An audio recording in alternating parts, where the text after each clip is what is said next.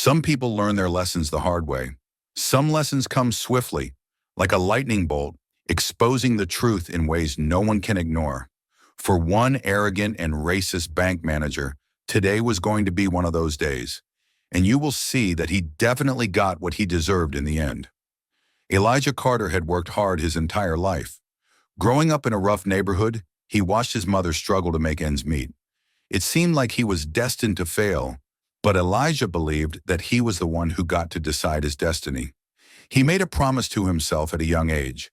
He would not only succeed, but would uplift others along the way. And succeed, he did. Over the years, Elijah built a real estate empire worth millions. But unlike many, he didn't flaunt his wealth with unnecessary extravagance. Instead, he invested, made smart business decisions, and stayed humble. He faced prejudice along the way, getting used to people doubting him because of his background and the color of his skin. Today, however, he was about to witness firsthand that, despite all his success, some people would still judge him, regardless of the fact that he was the one who uplifted them. It was a breezy Tuesday morning, and Carter Financial Bank was beginning its daily operations. Tellers counted cash, customers filled out deposit slips, and the scent of fresh brewed coffee wafted through the air. The bank's manager, Richard Manning, stood near the main desk, chatting with a well-dressed elderly customer when Elijah walked in. Dressed in a simple navy suit with no flashy jewelry, Elijah entered the bank with confidence. He had business to handle, a large transaction that required his attention. However, the moment he approached the service counter, he felt the eyes of the bank employees on him.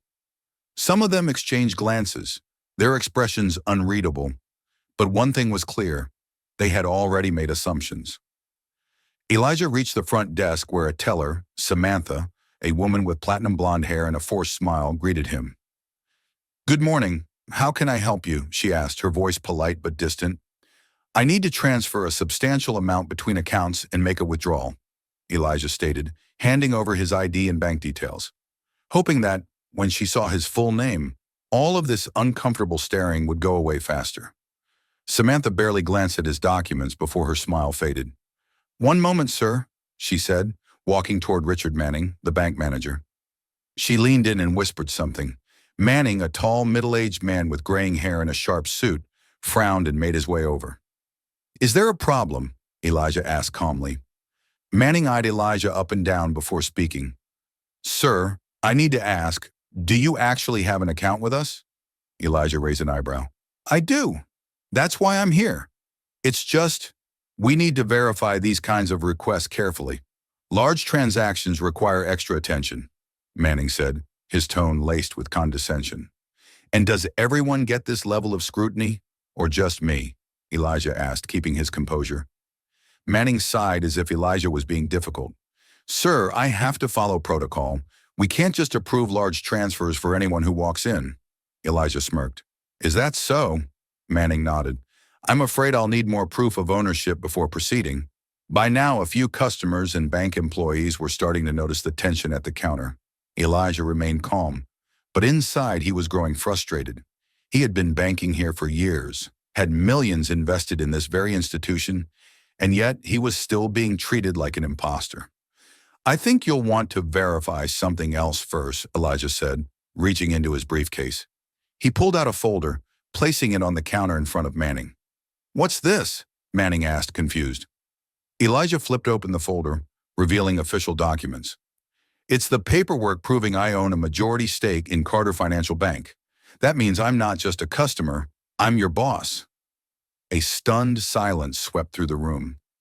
Samantha's eyes widened, Manning's face turned ghostly pale, and whispers began circulating among the tellers and customers.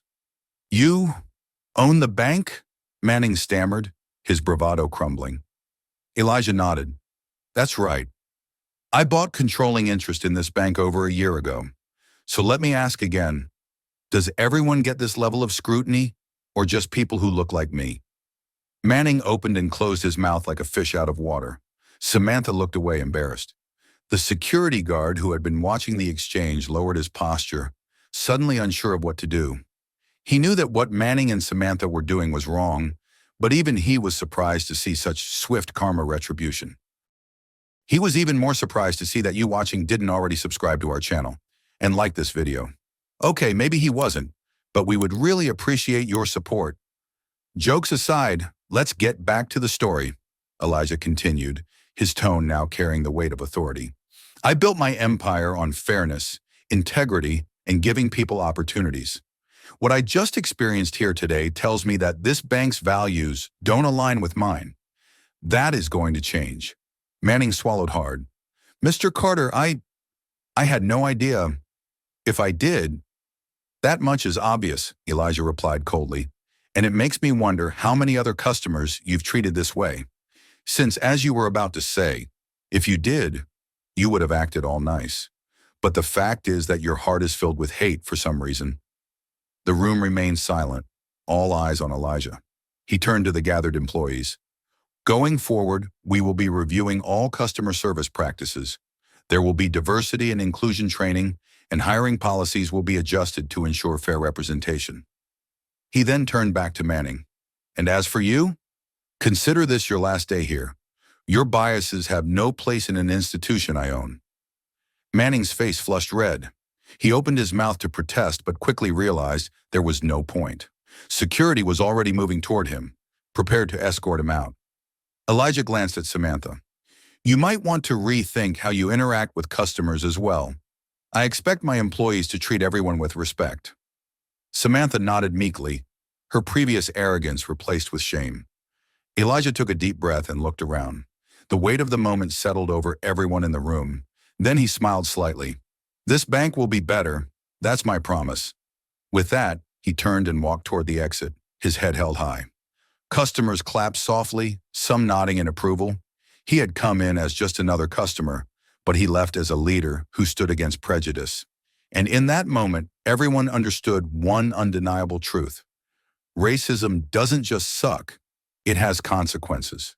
In the following weeks, Elijah implemented sweeping changes at Carter Financial Bank. He installed policies ensuring fair treatment of all customers, introduced extensive training programs, and personally reviewed hiring practices. The story made national headlines, sparking conversations about implicit bias and accountability in financial institutions. For Elijah, it wasn't just about running a successful bank. It was about creating a place where everyone, regardless of their background, was treated with the respect they deserved. He expanded outreach programs, ensuring minority entrepreneurs had access to capital. He made personal visits to bank branches, overseeing staff, and reinforcing an inclusive culture. Slowly but surely, Carter Financial Bank became known as a beacon of fairness in the industry. His message was clear. Prejudice has no place in his world, and he would make sure the world knew it. As the months passed, customers flocked to Carter Financial Bank, drawn in by its reputation for fairness. Employees who had once been hesitant embraced the new culture, and Elijah's leadership proved that true change was possible. His mission was no longer just about money, it was about justice. Would you forgive Samantha if you were in Elijah's shoes? Or would you tell her to join Mr. Manning? Let us know in the comments below.